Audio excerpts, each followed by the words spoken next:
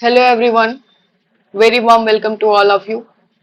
Welcome to our channel Life Science पाठशाला। हम लोग सॉल्व कर रहे हैं बॉटनी के most important previous year question, ठीक है, जो कि आप सभी लोगों के लिए हेल्पफुल होने वाला है। जो भी लोग TGT, PGT, LT grade, GIC, assistant professor या फिर अदर एग्जामिनेशन में जिसमें भी बॉटनी पूछा जाता है, ठीक है, उन सभी एग्जाम्स के लिए ये काफी हेल्पफुल होगा, क्योंकि यहाँ पे मैंने जो प्रीवियस ईयर यहाँ पे जो क्वेश्चन लिए हैं ना, ये सारे प्रीवियस ईयर में आए हुए ही क्वेश्चन है, ठीक है। अलग अलग एग्जाम में पूछे गए जो क्वेश्चन है उन्हीं से प्रैक्टिस करा रही हूँ। साथ में यहाँ पे लिखा हुआ है क्विक रिवीजन, तो साथ में आप लोगों का रिवीजन भी कराया जा रहा है, क्योंकि प्रीवियस ईयर क्वेश्चन जो है उनमें जो भी ऑप्शन है उनको भी मैं पूरा कोशिश कर रही हूँ कि जो भी इंपॉर्टेंट चीजें हैं ऑप्शंस में उनको भी बताया जाए, ताकि आप लोगों का अच्छे से रिवीजन भी हो जाए और साथ ही प्रैक्टिस भी हो जाए, ठीक है। तो शुरू करते हैं हम लोग क्लास को। इससे पहले कुछ क्लासेस हो चुकी हैं जिनमें हमने काफी सारे क्वेश्चन प्रैक्टिस किया है, साथ में हमने रिवीजन भी किया है। तो जो लोगों ने नहीं देखा है वो लोग फोल्डर में जा करके, प्लेलिस्ट में जा करके देख सकते हैं चैनल के, ठीक है, या फिर आप सर्च करके भी देख सकते हैं, ठीक है। और जो लोग चैनल पे नए हैं वो लोग टेलीग्राम का डिस्कशन ग्रुप ज्वाइन कर सकते हैं, जहां पे डेली क्विज किया जाता है, ठीक है। रोज क्विज दिया जाता है, स्टूडेंट्स करते हैं, और उसमें आप लोग डिस्कस भी कर सकते हैं आपस में, किसी भी टॉपिक पे, किसी भी मतलब स्टडी से रिलेटेड टॉपिक पे डिस्कस कर सकते हैं, ठीक है। और अगर कोई क्वेरी होती है किसी भी मतलब स्टडी से रिगार्डिंग, अगर कोई भी क्वेरी होती है तो आप लोग मेरे से पर्सनल मैसेज करके भी टेलीग्राम पे पूछ सकते हैं, ठीक है। तो शुरू करते हैं हम लोग क्लास को अपनी। बाकी जितने क्वेश्चन हो चुके हैं उसके बाद जो बचे हुए हैं उन्हें हम देखेंगे। ये सारे क्वेश्चन हो चुके हैं, पढ़ाया जा चुका है, आप लोग देख लीजिएगा।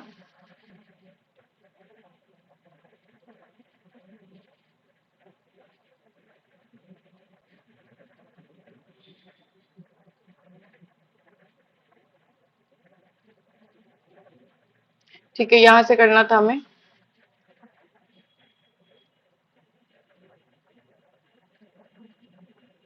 ओके, यहां से करना था हमें।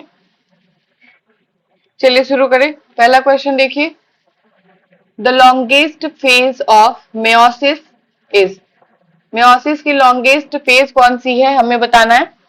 ऑप्शन है prophase one, metaphase one, prophase to, या फिर मेटाफेज टू, ठीक है।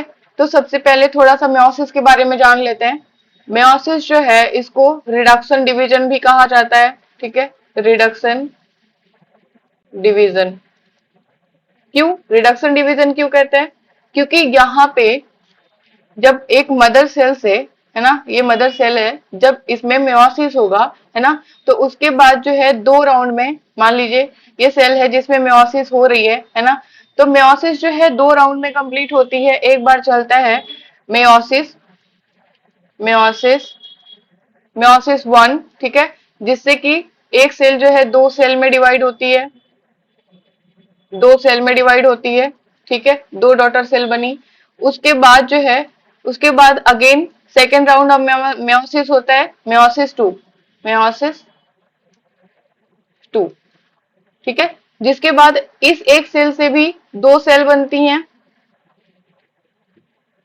इससे भी एक सेल और इससे भी एक सेल, ठीक है। उसी तरीके से यहाँ पर भी होगा, इससे भी एक सेल बनेगी और इससे भी एक सेल बनेगी, ठीक है। तो मेयोसिस में क्या होता है, एक मदर सेल से टोटल चार चार डॉटर सेल बनती हैं। और अगर ये सेल जो है डिप्लॉयड है ना, अगर ये डिप्लॉयड है तो ये जो डॉटर सेल्स बनेंगी ना, तो ये सारी ऑल आर हैप्लॉइड्स, ठीक है, ये चारों जो है हैप्लॉइड होंगी, ठीक है। तो मेयोसिस क्या है, रिडक्शनल डिवीजन है, ठीक है, जहां पे क्या होता है, क्रोमोसोम नंबर हाफ हो जाता है और एक मदर सेल से चार डॉटर सेल्स बनती हैं, ठीक है, चारों हैप्लॉइड होंगी। ओके, तो ये मेयोसिस है जो कि दो राउंड में कंप्लीट होता है, meiosis one and meiosis two. अब मेयोसिस वन और मेयोसिस टू में भी अलग अलग स्टेजेस हैं। जैसे कि मेयोसिस वन में चार स्टेजेस हैं, जैसे प्रोफेज वन, प्रोफेज वन, है ना। फिर मेटाफेज वन हो जाएगा, मेटाफेज वन, देन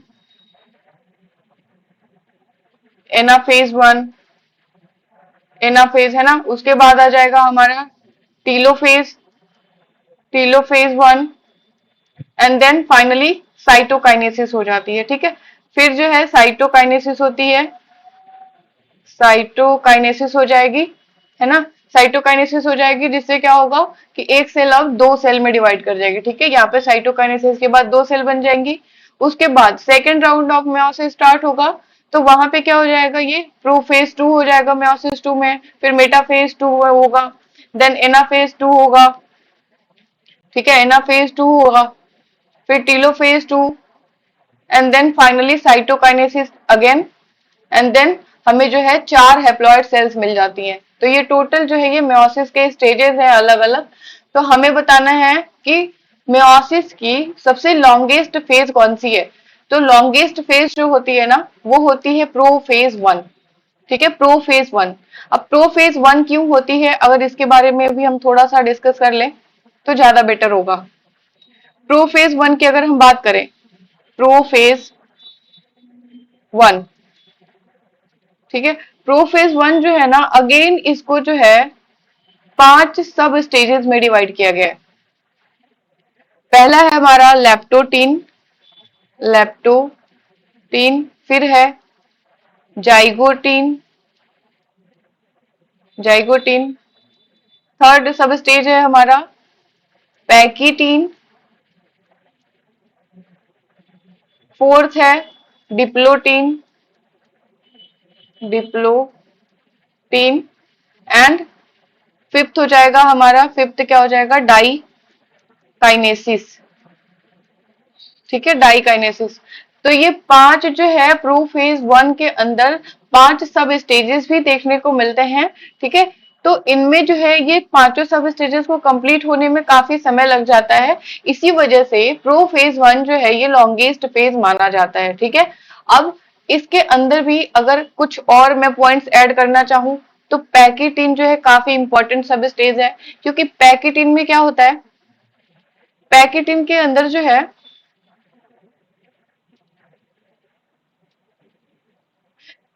ये पैकेटिन जो है ना, पैकेटिन, पैकेटिन स्टेज में क्या होता है, यहाँ पे होता है क्रॉसिंग ओवर, क्रॉसिंग ओवर, ठीक है। ये क्वेश्चन भी पूछा जाता है कि क्रॉसिंग ओवर मेयोसिस के किस सब स्टेज पे होता है, ठीक है। तो पैकेटिन, चलिए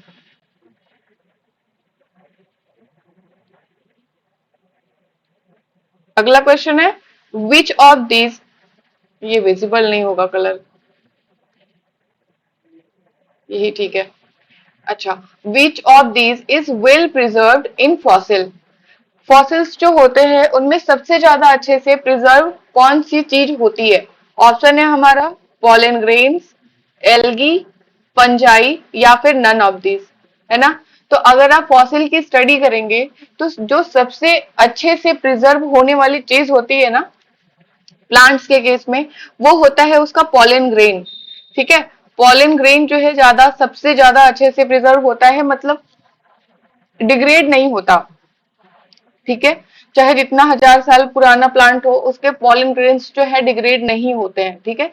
क्यों नहीं होते हैं, क्यों ये सबसे ज्यादा अच्छे से प्रिजर्व होता है, क्योंकि ये जो पॉलन ग्रेन्स होते हैं ना इसकी दो लेयर होती है। सपोज ये पॉलन ग्रेन है, ठीक है, तो इसकी दो लेयर होगी, एक इनर लेयर होगी और ये जो है आउटर लेयर। आउटर लेयर को कहते हैं एक्साइन और इनर लेयर को कहते हैं इंटाइन, है ना, इंटाइन।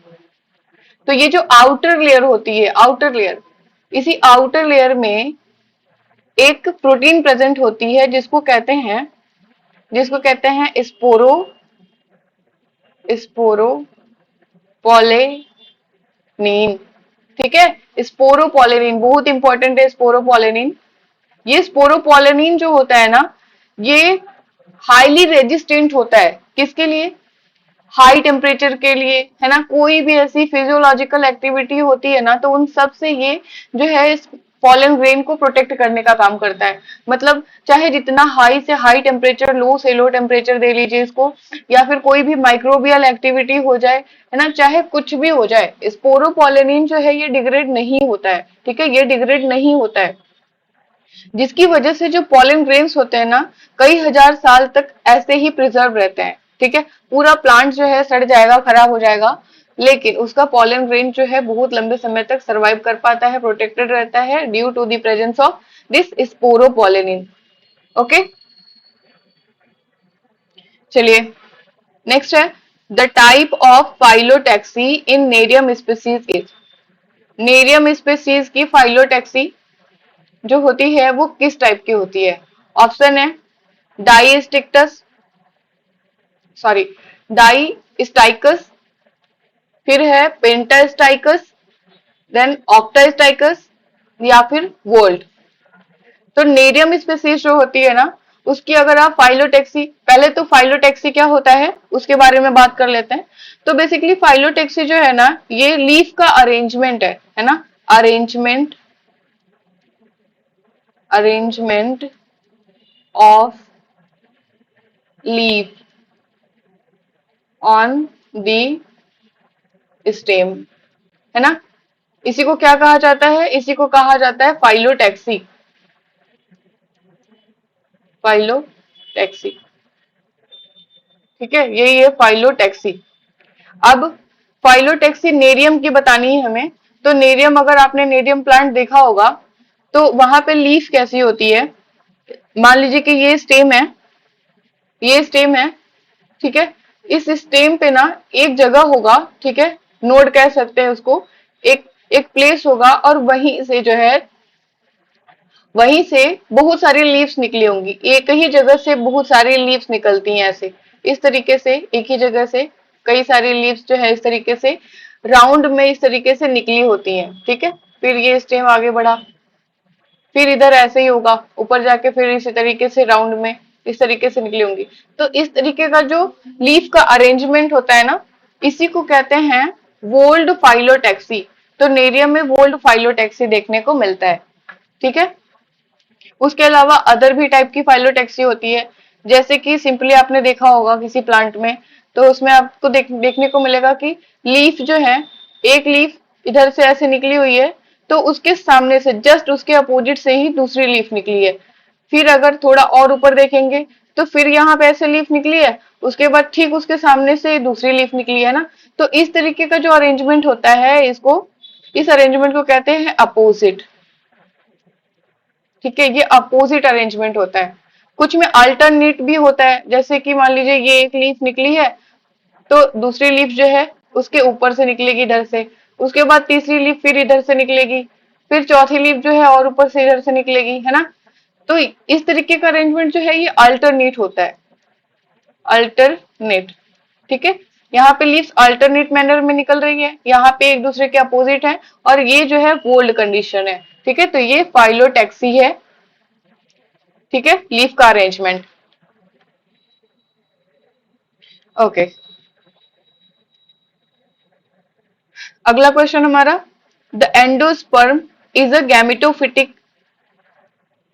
गैमेटोफिटिक टिश्यू इन, है ना। एंडोस्पर्म जो है ये किस किस ग्रुप ऑफ प्लांट में गैमेटोफिटिक नेचर का होता है ना। गैमेटोफिटिक नेचर का मतलब हैप्लॉइड। ठीक है, गैमेटोफिटिक नेचर का मतलब हैप्लॉइड। ऑप्शन है जिम्नोस्पर्म, एंजियोस्पर्म, टेरिडोफाइट्स, ब्रायोफाइट्स। ठीक है, तो जिम्नोस्पर्म जो है राइट आंसर होगा। जिम्नोस्पर्म जो है उसका एंडोस्पर्म अगर आप देखेंगे तो वो हैप्लॉइड होता है। ठीक है, गैमेटोफिटिक माना जाता है। ठीक है, गैमेटोफिटिक टिश्यू होता है मतलब फीमेल गैमेटोफाइट, एंडोस्पर्म ही कंसीडर किया जाता है फीमेल गैमेटोफाइट। ठीक है ना। क्यों क्यों किया जाता है? अगर हम इसकी बात करें तो जिम्नोस्पर्म की अगर आप बात करेंगे, जिम्नोस्पर्म, जिम्नोस्पर्म में जब आप देखेंगे तो जो एंडोस्पर्म बनता है ना, एंडोस्पर्म का जो फॉर्मेशन होता है वो बिफोर फर्टिलाइजेशन होता है, बिफोर फर्टिलाइजेशन, बिफोर फर्टिलाइजेशन होता है, जिसकी वजह से ये कैसा होता है, हैप्लॉइड होता है ना, हैप्लॉइड होता है और एज ए फीमेल गैमेटोफाइट ये काम करता है, ठीक है। लेकिन अगर हम एंजियोस्पर्म की बात करें, एंजियोस्पर्म, एंजियोस्पर्म की अगर हम बात करेंगे तो यहाँ पे एंडोस्पर्म जो बनता है वो कैसे बनता है, यहाँ का एंडोस्पर्म ये कैसे होता है, ये होता है ट्रिप्लॉइड। ट्रिप्लॉइड क्यों होता है, क्योंकि ये बनता है आफ्टर फर्टिलाइजेशन, आफ्टर फर्टिलाइजेशन, ठीक है ना, ये बनता है आफ्टर फर्टिलाइजेशन। यहाँ पे ट्रिपल फ्यूजन होता है, मतलब दो पोलर न्यूक्लियाई होती हैं, ठीक है, पढ़ा होगा आप लोगों ने एम्ब्रियो सैक का स्ट्रक्चर। सेंटर में दो पोलर न्यूक्लियाई होती हैं और एक मेल गैमिट आता है, आकर के इसके साथ फ्यूज कर जाता है। तो ये एक मेल गैमिट जो कि हैप्लॉइड है और ये दो सेल्स है जो कि ऑलरेडी हैप्लॉइड है, ठीक है। तो इस तरीके से एन एन एन, तीन एन मिलकर के क्या हो गए, ट्रिप्लॉइड कंडीशन बना लिए, ठीक है। तो एंजियोस्पर्म का एंडोस्पर्म इसी वजह से क्या है, ट्रिप्लॉइड होता है, ठीक है। और जिम्नोस्पर्म जो है, यहाँ पे एंडोस्पर्म हैप्लॉइड होता है क्योंकि ये बिफोर फर्टिलाइजेशन होता है और ये आफ्टर फर्टिलाइजेशन होता है, ओके। अच्छा, यहाँ पे तो बोला गया कि जिम्नोस्पर्म में एंडोस्पर्म जो है गैमेटोफिटिक टिश्यू होता है ना, फीमेल गैमेटोफाइट की तरह काम करता है। लेकिन एंजियोस्पर्म में एंडोस्पर्म क्या करता है, क्योंकि यहाँ पे तो फीमेल गैमेटोफाइट अलग से होता है ना। तो एंडोस्पर्म क्या करता है, एंडोस्पर्म जो है, एंडोस्पर्म यहाँ पे न्यूट्रिशन प्रोवाइड करने का काम करता है, ठीक है, ये न्यूट्रिटिव होता है, न्यूट्रिटिव, ठीक है, न्यूट्रिटिव नेचर का होता है। ये डेवलपिंग एम्ब्रियो को क्या करता है, न्यूट्रिशन प्रोवाइड करता है, ठीक है। चलिए, फिर है spadix inflorescence is found in, spadix inflorescence की बात कर रहे हैं, किस में पाया जाता है, कौन सी फैमिली में, ऑप्शन है एपीएसी, मुजेसी, रैननकुलेसी या फिर एस्टेरेसी। तो इन्फ्लोरेसेंस जो है ये एक काफी ज्यादा इंपॉर्टेंट पॉइंट है बॉटनी का, ठीक है। इन्फ्लोरेसेंस से आपको लगभग एक क्वेश्चन हर एग्जाम में देखने को मिल जाता है मैक्सिमम टाइम, काफी इंटरेस्टिंग भी होता है ये पढ़ना, ठीक है, मेरा तो फेवरेट है टेक्सोनॉमी। तो इन स्पेडिक्स इन्फ्लोरेसेंस के बारे में बात की जा रही है, तो स्पेडिक्स इन्फ्लोरेसेंस जो होता है ये मुजेसी फैमिली का कैरेक्टरिस्टिक फीचर है, ठीक है, मुजेसी फैमिली का कैरेक्टरिस्टिक फीचर है स्पेडिक्स इन्फ्लोरेसेंस। मुजेसी में कौन से मेंबर्स आते हैं, जैसे कि हमारा बनाना, ठीक है, केला, बनाना जो है, मूसा, मूसा की जो स्पीसीज है ना, ये मुजेसी फैमिली के मेंबर्स हैं, जिनमें आपको केले का फूल आप लोगों ने देखा होगा, ठीक है, इस तरीके से नीचे लटका होता है, इस तरीके से, है ना, ऊपर जो है ढेर सारे केले लगे होते हैं और यहाँ पे जो है इन्फ्लोरेसेंस अरेंज होता है, ठीक है, कुछ इस तरीके से अरेंज होता है, ठीक है। इसके अंदर ही तीन तरीके के फ्लावर होते हैं, मेल, फीमेल और न्यूट्रल फ्लावर, ठीक है। तो ये स्पेडिक्स इन्फ्लोरेसेंस जो है ये स्पेशल टाइप का इन्फ्लोरेसेंस है जो कि मुजेसी फैमिली का कैरेक्टरिस्टिक होता है। अब अगर बाकी फैमिलीज की हम बात कर ले तो एपीएसी फैमिली के इन्फ्लोरेसेंस बताइए। एपीएसी फैमिली में भी स्पेशल टाइप का एक इन्फ्लोरेसेंस होता है जिसको क्या कहते हैं, अम्बेल, ठीक है। एपीएसी, एपीएसी का एक और नाम भी है, एक और नाम भी है, क्या नाम है वो, इसको एपीएसी का पुराना नाम है अम्बेली फेरी, अम्बेली, एम्बेली फेरी, है ना, एम्बेली फेरी एपीएसी का पुराना नाम, इन्फ्लोरेसेंस है अम्बेल। अच्छा, उसके बाद एस्टेरेसी की बात करें तो एस्टेरेसी जो है लार्जेस्ट फैमिली है हमारी, ठीक है। और एस्टेरेसी का जो इन्फ्लोरेसेंस होता है ना, ये मोस्ट एडवांस टाइप का इन्फ्लोरेसेंस माना जाता है, जिसको हेड या फिर कैपिटुलम, कैपिटुलम, हेड या फिर कैपिटुलम कहा जाता है इसके इन्फ्लोरेसेंस को, ठीक है, जिसमें दो तरीके के फ्लावर होते हैं, disc floret and ray floret. पढ़ाने को तो बहुत कुछ पढ़ाया जा सकता है, लेकिन यहाँ पे हम क्वेश्चन सॉल्व कर रहे हैं, ठीक है। तो जितना जरूरी है उतना आपको रिवीजन करा दे रही हूँ मैं, बाकी तो आपने पढ़ा ही होगा, डिटेल कोर्स चलेगा तो वहां पे आपको अच्छे से पढ़ाऊंगी, ठीक है। तो ये हो गया हमारा एस्टेरेसी का इन्फ्लोरेसेंस। और रेननकुलेसी की बात करें तो रेननकुलेसी में कोई स्पेशल टाइप का इन्फ्लोरेसेंस नहीं होता है। इसमें साइमोस, है ना, रेसिमोस, उसके अलावा सॉलिटरी फ्लावर भी देखने को मिलते हैं, है ना। मतलब साइमोस इन्फ्लोरेसेंस भी हो सकता है, रेसिमोस भी हो सकता है, और एक सिंगल फ्लावर भी देखने को आपको मिल सकता है, ठीक है। तो रेननकुलेसी में कोई स्पेसिफिक इन्फ्लोरेसेंस ऐसा नहीं होता है, जबकि ये सारे जो फैमिलीज है ना, इनमें एक स्पेशल जो है इन्फ्लोरेसेंस पाया जाता है, इसीलिए ये क्वेश्चन बन जाते हैं, ठीक है। तो स्पेडिक्स का राइट आंसर क्या होगा? बी। चलिए नेक्स्ट है निपेंथिस कासियाना इज। निपेंथिस कासियाना क्या है, इसके बारे में अगर हम बात करेंगे तो निपेंथिस कासियाना जो है ये एक इंसेक्टिवोरस प्लांट है। इंसेक्टिवोरस,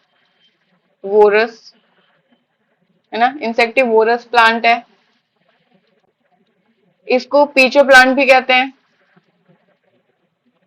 हिंदी में घटपड़ी का पौधा, है ना, घटपड़ी पौधा। क्यों? क्योंकि ये एक फीचर बनाता है, ठीक है। ये इस तरीके से फीचर लाइक स्ट्रक्चर बनाता है ना। और उसके ऊपर जो है एक लीड बनती है, इस तरीके से एक लीड बनती है।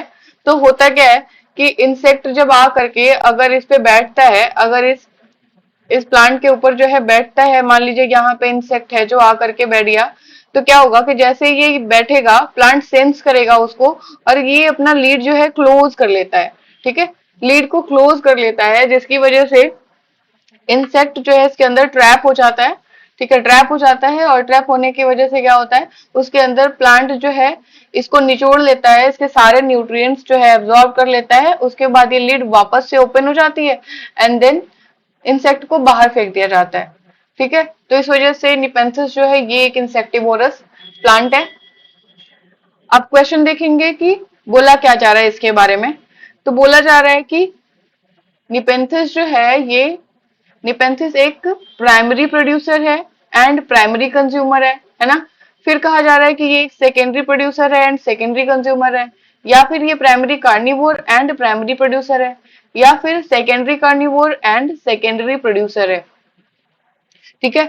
तो इसको बताने से पहले आपको थोड़ा सा ये पता होना चाहिए कि प्राइमरी प्रोड्यूसर क्या होता है, प्राइमरी कंज्यूमर क्या होता है, सेकेंडरी प्रोड्यूसर, सेकेंडरी कंज्यूमर, है ना, कार्निवोर, प्राइमरी, सेकेंडरी, ये सारी चीजें मालूम होनी चाहिए, ठीक है। तो सबसे पहले थोड़ा सा हम ब्रीफ में बात कर लेते हैं इसके बारे में। तो आप लोगों ने पढ़ा होगा इकोसिस्टम, आपने इकोलॉजी पढ़ा होगा, तो वहां पे आप लोगों ने ट्रॉफिक लेवल के बारे में पढ़ा होगा, है ना। तो सबसे नीचे जो सबसे पहला ट्रॉफिक लेवल होता है, वहां पे क्या होता है? प्रोड्यूसर, प्रोड्यूसर्स होते हैं। प्रोड्यूसर्स कौन से होते हैं? कौन होते हैं? ये होती हैं फोटोसिंथेटिक, फोटोसिंथेटिक ऑर्गेनिजम्स, है ना, लाइक प्लांट्स। प्लांट्स जो है हमारे प्रोड्यूसर्स हो गए, ठीक है, जो कि क्या करते हैं? फूड प्रिपेयर करते हैं। ये ट्रॉफिक लेवल 1 में होते हैं, बट यहाँ पे हम ट्रॉफिक लेवल की बात नहीं करेंगे क्योंकि अननेसेसरी है। तो प्रोड्यूसर्स कौन हो गए? सबसे पहले स्टार्ट हुआ प्लांट से। अब प्लांट से फीड किसने किया? इस प्लांट को कौन खाएगा? प्लांट को खाएंगे हर्बीवोर, ठीक है, हर्बीवोर्स, लाइक गोट हो गई, बफेलो हो गया, है ना। तो ये क्या है? ये हर्बीवोर्स हैं, मतलब वो जो प्लांट्स पे फीड करते हैं, ठीक है। तो इनको खाए हर्बीवोर्स। अब हर्बीवोर्स को कौन खाएगा? हर्बीवोर्स को खाएंगे कार्निवोर्स, कार्निवोर्स, है ना। कार्निवोर्स ऐसे एनिमल्स हैं जो कि क्या करते हैं? ऐसे ऑर्गेनिज्म को खाते हैं जो कि प्लांट्स या लीफ या फिर ग्रासेस को खाते हैं, ठीक है। अब ये कार्निवोर्स जो होते हैं, इनको भी खाने के लिए कोई बैठा हुआ है, ठीक है। तो इनको जो खाते हैं, इन कार्निवोर्स को खाते हैं, उसको कहते हैं टॉप कार्निवोर्स, टॉप कार्निवोर्स, है ना, टॉप कार्निवोर्स, ठीक है। तो अब अगर हम बात करें तो ये हो गया हमारा, प्लांट्स जो होंगे वो क्या होंगे? प्राइमरी प्रोड्यूसर्स, है ना, ये प्राइमरी प्रोड्यूसर्स होंगे। हर्बीवोर क्या होंगे? हर्बीवोर क्या कर रहे हैं? इस प्लांट को कंज्यूम कर रहे हैं, है ना। तो ये क्या हो जाएंगे? हर्बीवोर प्लांट्स को कंज्यूम करते हैं, तो ये क्या होंगे? हर्बीवोर होंगे प्राइमरी कंज्यूमर, है ना, प्राइमरी कंज्यूमर हो गए। उसके बाद कार्निवोर्स क्या होंगे, कार्निवोर्स जो है प्राइमरी कंज्यूमर को खा रहे हैं, इस वजह से ये क्या हो जाएंगे, सेकेंडरी कंज्यूमर्स, कंज्यूमर्स, ठीक है। या फिर अगर कार्निवोर के सेंस में बोलेंगे तो इसको प्राइमरी प्राइमरी कार्निवोर्स कहेंगे, या फिर सेकेंडरी कंज्यूमर, है ना, कंज्यूमर के सेंस में सेकेंडरी हो जाएंगे, कार्निवोर के सेंस में बात करेंगे तो प्राइमरी हो जाएंगे, ठीक है। उसके बाद इन प्राइमरी कार्निवोर्स को भी खाने के लिए इनके ऊपर बैठे हुए हैं सेकेंडरी कार्निवोर्स, जैसे कि लायन हो गया, टाइगर, है ना। तो ये टॉप कार्निवोर्स होते हैं, तो ये सेकेंडरी कंज्यूमर है, तो टॉप वाले क्या हो जाएंगे, टर्शियरी कंज्यूमर, कंज्यूमर्स, ठीक है। या फिर सेकेंडरी,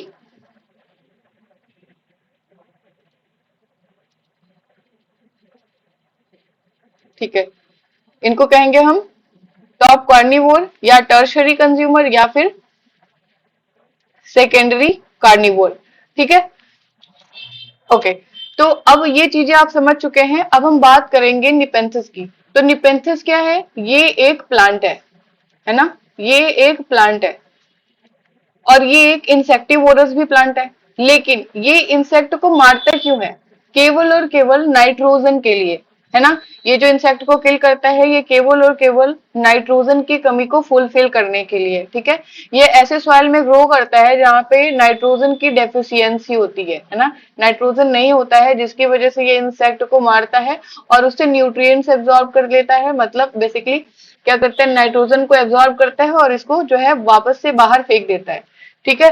तो नाइट्रोजन को छोड़ करके इसको सारी चीजें अवेलेबल होती है सॉइल में। और क्योंकि ये प्लांट्स है तो ये फोटोसिंथेटिक भी है, फोटोसिंथेटिक प्लांट है तो ये अपना खाना खुद से बना सकता है। अब क्योंकि ये खाना खुद से बनाता है तो ये क्या हो जाएगा, हमारा प्रोड्यूसर, ठीक है। और कौन सा, प्राइमरी प्रोड्यूसर, ठीक है।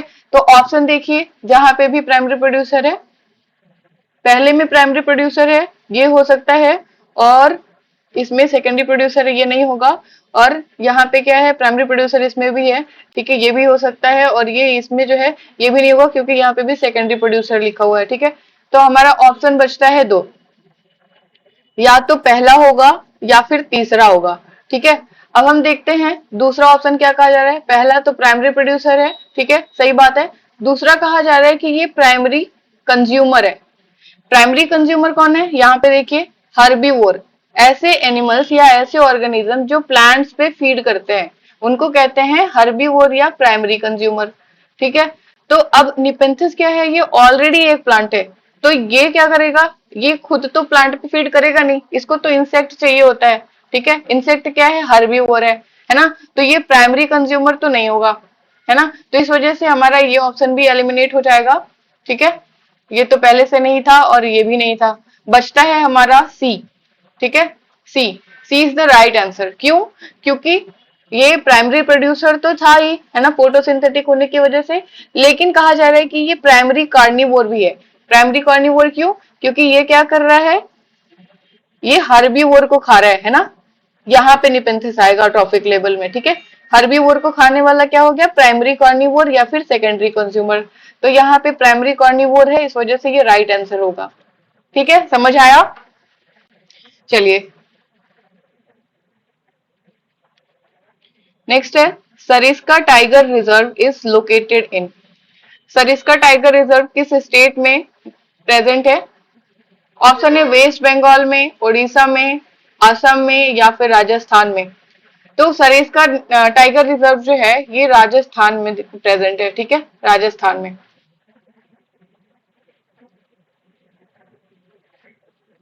अच्छा, अगला क्वेश्चन है, in the seismonastic movement, seismonastic movement of mimosa pudica leaves involve, है ना।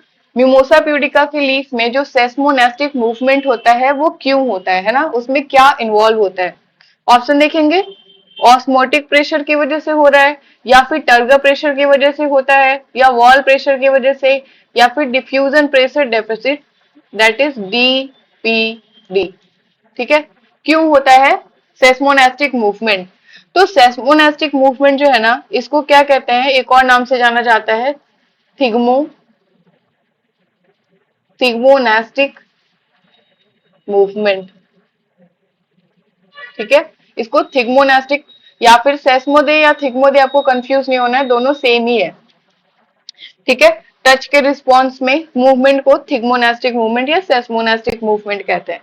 ठीक है, अब इसका ट्रिक बताती हूँ आपको। आप लोग ट्रॉपिक और नेस्टिक मूवमेंट में कंफ्यूज होते होंगे, तो वो क्लियर कर देती हूँ आपका डाउट में।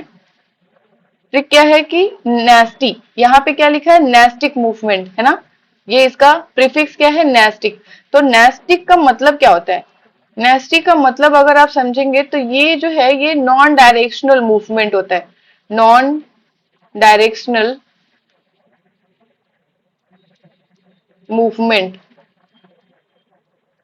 ठीक है, नेस्टिक का मतलब नॉन डायरेक्शनल मूवमेंट, और अगर यहाँ पे ट्रॉपिक मूवमेंट हो जाता तो जैसे फोटोट्रॉपिक मूवमेंट हो गया है ना, तो ट्रॉपिक मूवमेंट अगर होता है तो वो मूवमेंट जो होगा वो डायरेक्शनल मूवमेंट होगा, डायरेक्शनल मूवमेंट।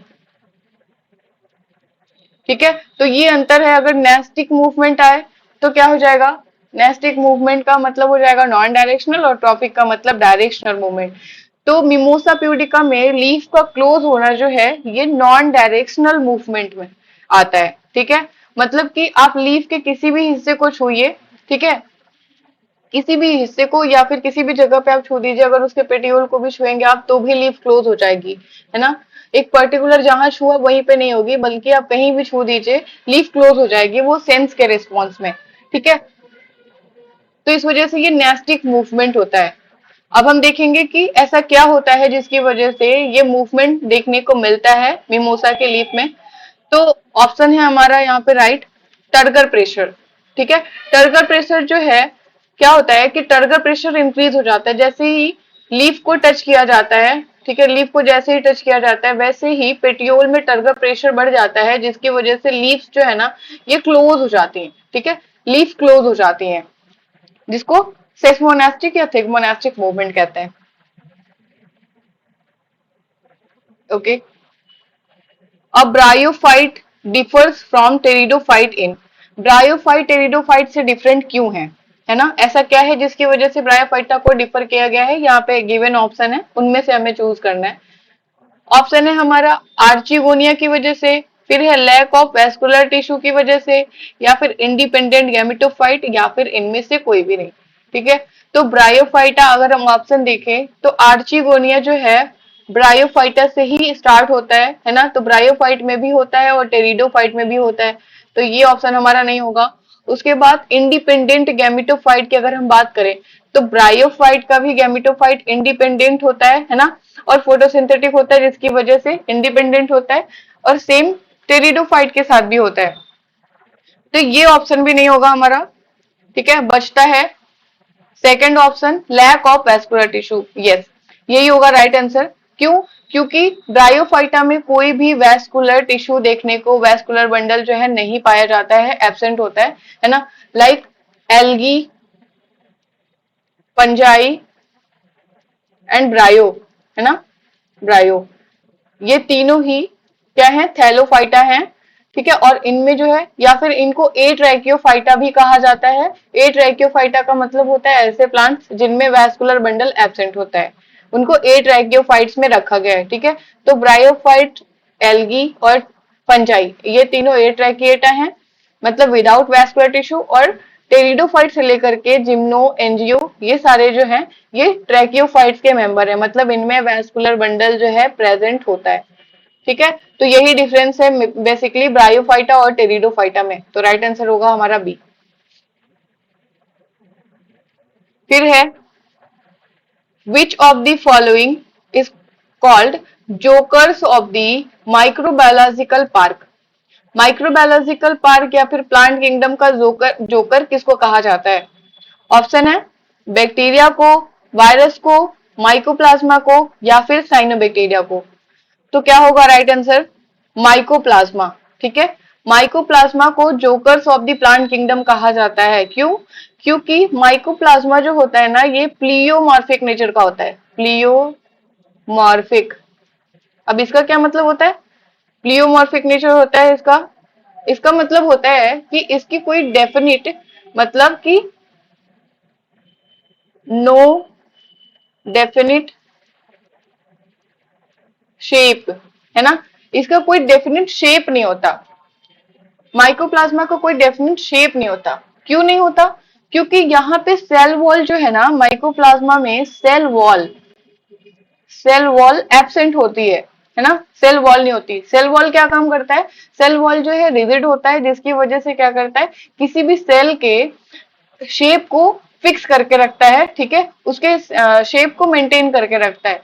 बट माइकोप्लाज्मा जो है ये एक प्रोकैरियोट है, ठीक है, और यहाँ पे सेल वॉल एब्सेंट होती है, जिसकी वजह से ये एक शेप में रहता ही नहीं है ना, अपना शेप हमेशा बदलता रहता है, जिसकी वजह से ये प्लियोमॉर्फिक नेचर का माना जाता है। और इसी वजह से इसको जोकर कहा जाता है ना, माइक्रोबायोलॉजिकल पार्क का जोकर कहा जाता है इसे, ठीक है। इसका अनदर नाम अगर मैं बताना चाहूँ तो इसको माइकोप्लाज्मा को पीपीएलओ कहा जाता है ना, पी PLO, मतलब प्लूरो निमोनिया लाइक ऑर्गेनिज्म, ठीक है। स्मॉलेस्ट नोन लिविंग ऑर्गेनिज्म है माइकोप्लाज्मा, ठीक है, प्रोकैरियोटिक है, बैक्टीरिया में ही कंसीडर किया जाता है। बट डिफरेंस ये है कि बैक्टीरिया में सेल वॉल प्रेजेंट होता है और यहाँ पे जो है एब्सेंट होता है, ठीक है। चलिए, name the fungus that is edible. ऐसे फंगस का नाम बताइए जो एडिबल है। ऑप्शन है हमारा पेनिसिलियम, म्यूकर, राइजोपस एंड मॉर्केला। तो मॉर्केला जो है ना, मॉर्केला, इसको कहते हैं गुच्ची मशरूम, कॉमन नेम है इसका गुच्ची मशरूम, है ना, इसको गुच्ची मशरूम कहते हैं, ठीक से लिखा नहीं जा रहा है, गुच्ची मशरूम कहा जाता है इसको। फिर से लिखते हैं,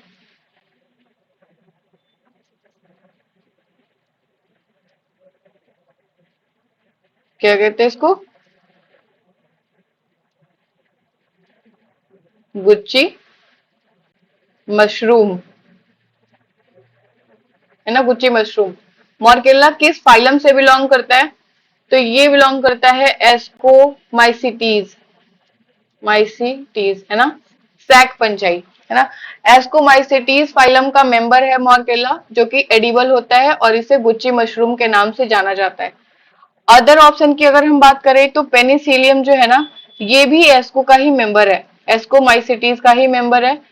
राइजोपस की बात करेंगे हम, तो ये जो है जाइगोमाइसिटीज का मेंबर है, जाइगोमाइसिटीज का मेंबर है। म्यूकर भी हमारा जाइगोमाइसिटीज का ही मेंबर है, जाइगोमाइसिटीज, ठीक है। ओके, चलिए, calcium, calcium incrustation and larvicidal properties are present in। तो कैल्शियम इंक्रेस्टेशन और साथ ही साथ लार्विसाइडल प्रॉपर्टी किसका फीचर है?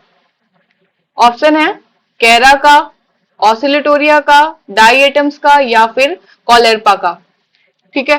तो हमारा जो कैरा है ना, कैरा, कैरा एक ऐसा ग्रीन एल्गी है जिसकी जो जिसके ऊपर जो है कैल्शियम का इंक्रस्टेशन प्रेजेंट होता है ना, कैल्शियम का डिपोजिशन होता है कैरा में, ठीक है।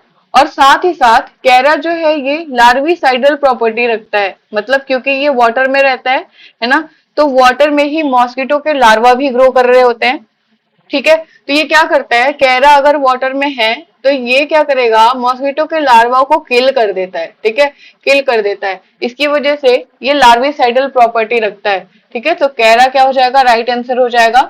कैरा के बारे में कुछ और पॉइंट्स अगर मेंशन करें तो कैरा सबसे पहले तो ये एक ग्रीन एल्गी है, ग्रीन एल्गी है ना। उसके बाद ये जो है यूनिक फीचर रखता है, एक तो इस पे कैल्शियम प्रेजेंट है जो कि यहाँ पे मेंशन किया गया है, दूसरी प्रॉपर्टी ये है कि ये लार्विसाइडल प्रॉपर्टी रखता है, ठीक है। तीसरा ये कि ये ग्रीन एल्गी का मेंबर है। चौथा जो इंपॉर्टेंट पॉइंट है वो ये है इसके बारे में कि इसके जो सेक्स ऑर्गन्स होते हैं, सेक्स ऑर्गन्स, इसके सेक्स ऑर्गन जो होते हैं सेक्स ऑर्गन जो होंगे वो जैकेटेड होते हैं, है ना, जैकेटेड। सेक्स ऑर्गन जैकेटेड होते हैं मतलब कि स्टेराइल सेल से प्रोटेक्टेड होते हैं, ठीक है। अगर ये सेक्स ऑर्गन्स हैं तो इनके ऊपर जो है एक सिंगल लेयर होगी स्टेराइल सेल्स की, जिससे ये प्रोटेक्टेड होते हैं। और बाकी अदर जो एल्गी होती है ना, उनमें कोई भी जैकेटेड सेल्स नहीं होते हैं प्रेजेंट, जिसकी वजह से वो निकेड होती हैं। निकेड मतलब कि कोई भी प्रोटेक्टिव लेयर नहीं होता। जबकि कैरा जो है ये एक एक्सेप्शन है, जहां पे जो कि हायर प्लांट से या फिर कहें कि हायर ग्रुप ऑफ ऑर्गेनिज्म से सिमिलरिटी शो करता है ना, लाइक ब्रायोटेरिडो इन सबसे सिमिलरिटी शो करता है, क्योंकि इसके सेक्स ऑर्गन जो होते हैं जो है स्टेराइल लेयर से प्रोटेक्टेड होते हैं, मतलब जैकेटेड होते हैं, ठीक है। अब अगर सेक्स ऑर्गन की हम बात कर ले तो इसके मेल और फीमेल सेक्स ऑर्गन को अलग अलग नाम से जाना जाता है, ठीक है। मेल सेक्स ऑर्गन को क्या कहते हैं? मेल सेक्स ऑर्गन को कहते हैं ग्लोब्यूल। ये सारे क्वेश्चन है, पूछा जाता है मेल सेक्स ऑर्गन को क्या कहते हैं, कह रहा के फीमेल सेक्स ऑर्गन को क्या कहते हैं, तो इसको ग्लोब्यूल कहते हैं और फीमेल को बैटरी लो, चार्ज में लगा लेती हूँ, ठीक है। मेल सेक्स ऑर्गन को कहते हैं ग्लोब्यूल, ठीक है, और फीमेल सेक्स ऑर्गन को कहा जाता है, फीमेल सेक्स ऑर्गन को कहा जाता है नोक्यूल। ओके, तो ये सारे क्वेश्चन पूछे जाते हैं मेल और फीमेल सेक्स ऑर्गन, और जो है सेक्स ऑर्गन जो होते हैं जैकेटेड स्टेराइल सेल से घिरे हुए होते हैं, ठीक है। ये सारे जो है यूनिक फीचर है कैरा के। और उसके अलावा अगर कैरा की हम बात करें कि कैरा का कॉमन नेम क्या है ना, तो वो भी जान लीजिए। इसको कहते हैं aquatic, aquatic horse tail, horse tail, है ना, इक्वेटिक हॉर्स टेल के नाम से कैरा जाना जाता है। चलिए ठीक है, इतना काफी है पॉइंट। नेक्स्ट है, in lichen sexual reproduction is performed by. Lichen में सेक्सुअल रिप्रोडक्शन कौन परफॉर्म करता है? लाइकेन क्या है? लाइकेन जो है ये सिम्बायोटिक एसोसिएशन है एल्गी एंड फंजाई का, है ना, symbiotic, symbiotic association of algae and fungi, ठीक है।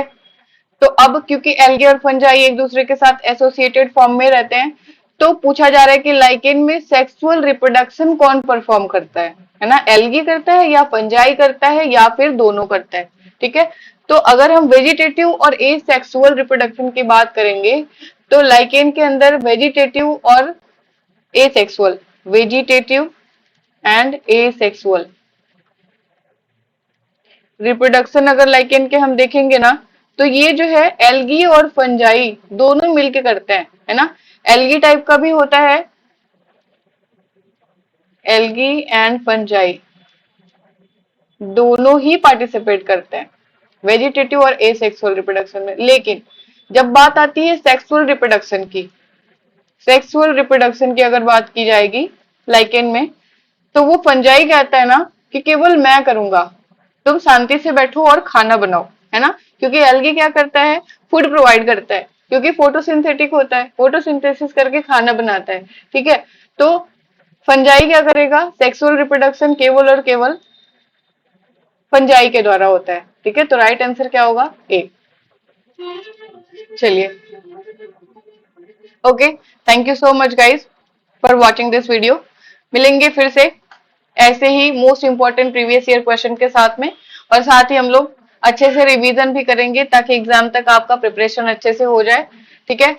और मैं शुरू करने वाली हूँ पॉइंटर सीरीज, जिसमें हम लोग क्या करेंगे, क्विक रिवीजन करेंगे पॉइंट्स के माध्यम से। जहां पे जरूरत होगी मैं एक्सप्लेन भी करूंगी पॉइंट्स को, बाकी एक एक टॉपिक को हम लोग पॉइंट्स के माध्यम से कवर करेंगे। जैसे कि अगर एल्गी स्टार्ट किया तो एल्गी के जितने भी इंपॉर्टेंट पॉइंट्स है ना, वो सारे जो है मैं एक छोटे छोटे पॉइंट्स में लिखूंगी और उनको एक्सप्लेन करूंगी आपको, ठीक है, ताकि आप लोगों का कम समय में रिवीजन हो सके। और ये कोर्स जो है ना बिल्कुल फ्री होगा, ठीक है। तो चलिए मिलते हैं अगली क्लास में। Thank you so much for watching.